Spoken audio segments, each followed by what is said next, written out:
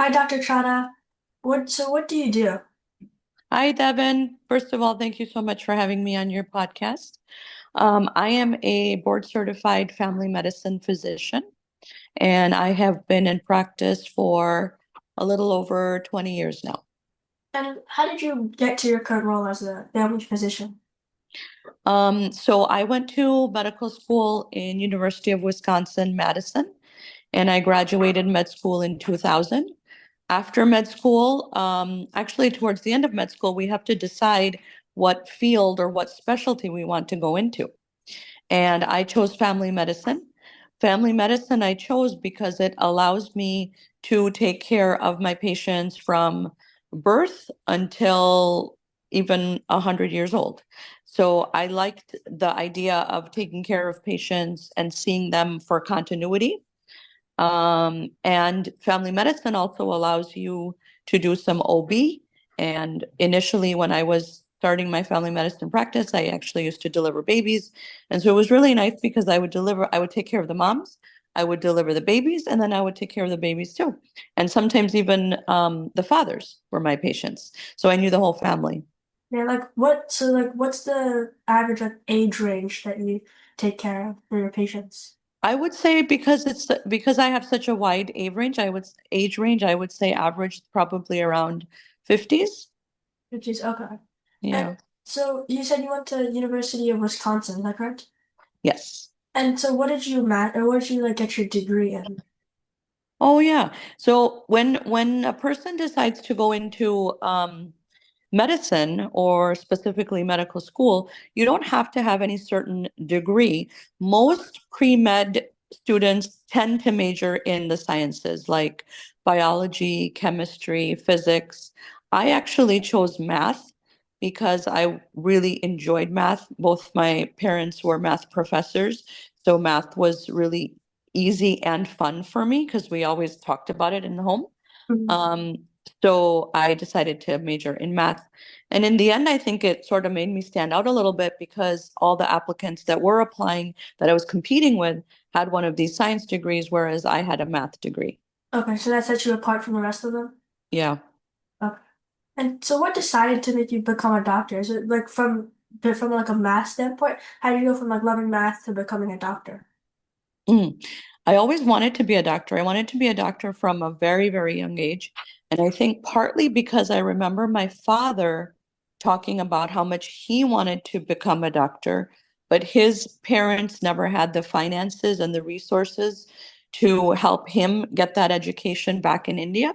Hmm. So it kind of was like lingering in my head that that's something my father always wanted to be. So that was sort of the first thing that planted the seed. But then slowly, as I started to do some shadowing and learn more about medicine, I realized that I loved helping people and I loved the sciences. So it was just sort of this natural match. Okay. And then so from college, how what was like the biggest change from college and going to from college to your job or like residency or shadowing doctors? I will there's a story that I always tell because it was sort of like this awakening or a rude awakening for me, I should say. When I was in undergrad, everything was just so easy. It was like, you worked hard, you learned what the professors taught, you studied for the test, and you would, hopefully get an A. And that's just kind of how things went when I was an undergrad. But then when I came to med school, I realized very, very quickly after I got a C on the first test that I took, which was a gross anatomy test.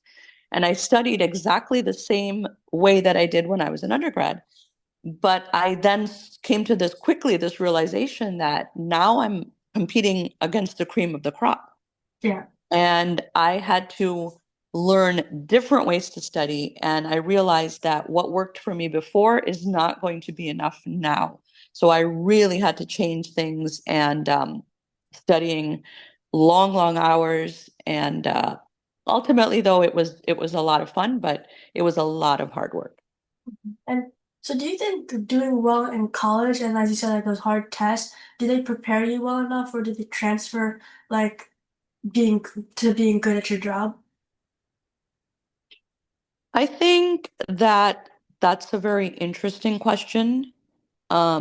and it would be very easy to say yes, but I think that there's one thing to have textbook knowledge, and there's another thing to have worldly knowledge And like applying it. and applying it. And in most professions, but especially in in primary care, there's so much patient interaction. So there's obviously different fields of medicine. You could go into something like radiology or pathology where there's very minimal patient contact. You're essentially, looking at X-rays if you're a radiologist on a screen, in a dark room somewhere and never talking to the patient. A pathologist looks at the lab microscope under the microscope, looks at the slides. But in primary care, there's a lot of patient interaction. So, there's of course the textbook knowledge, but there's also that finesse and communication with patients, and reading between the lines when patients are talking to you. Like, how'd you end up learning those soft skills, like those to people interactions? I do think some of it is innate, and some of it in med school. Towards the end of med school, like third and fourth year, there's a great focus on clinical practice. So you're doing a lot of shadowing, you're doing a lot of role playing.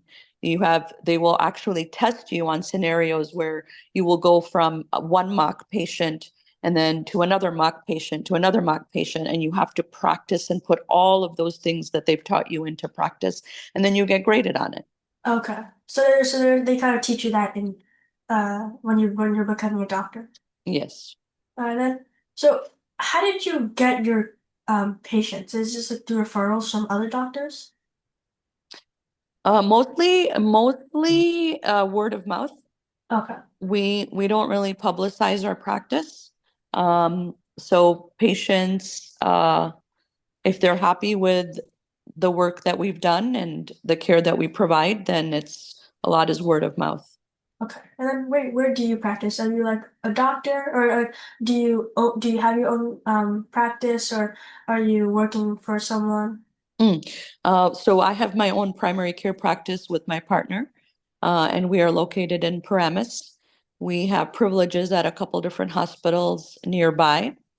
Um, and that's here now in the East Coast. But many years ago, when I finished my residency, which was in Minnesota, out there, I worked for a big healthcare corporation, and that was called Health East. So at that point, I was an employee for this corporation. And back then, I was doing the OB part of family medicine. So I was delivering babies. I was on call about once a week.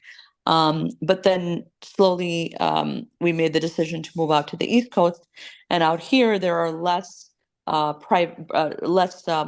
corporations, and there's more of an ability to open a private practice, which is what we decided to do.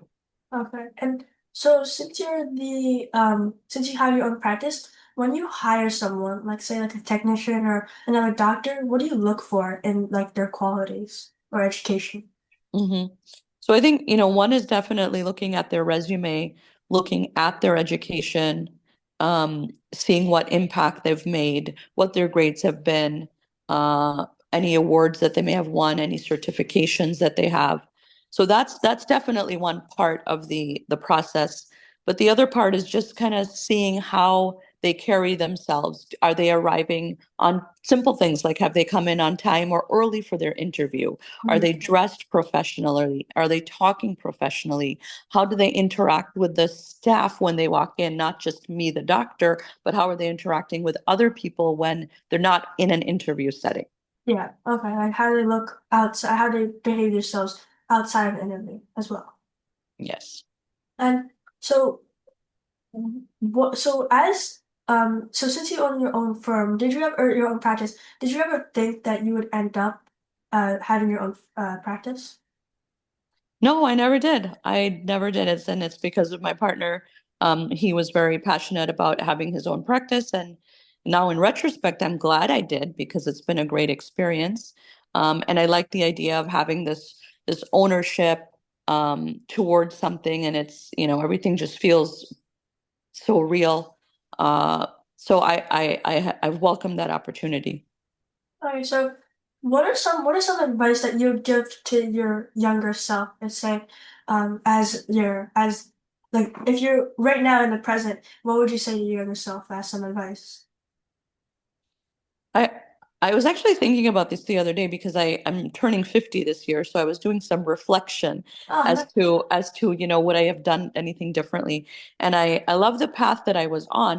The only thing I will say is there's so many in medicine and in many fields, there's so many tests that we took. Like even, the SAT and the ACT, and then for medicine it was the MCAT, and then there's something called the USMLE 1, 2, and 3. So there's so much test taking, and I just remember going from one test to preparing for the next test to preparing for the next test. And I wish, as I think back, I wish I had just done more learning, like more learning for the sake of learning and not learning for the test, if that Okay. makes sense. Like kind of learning like extra stuff, like so you can like further enhance your knowledge. Yes. So as you've been studying so much for all these medical tests, what are some like impactful habits that you've picked up since then, or like even to your present? So one thing that works really for me is pen and paper. And And when I'm reading or watching something on Khan Academy that I'm learning or something on YouTube, um, I can watch it passively, but then I realize that I have to go back again and watch it again. But if I take notes you're or always make like an listening. outline or something, then I'm more of an active listener. Yeah.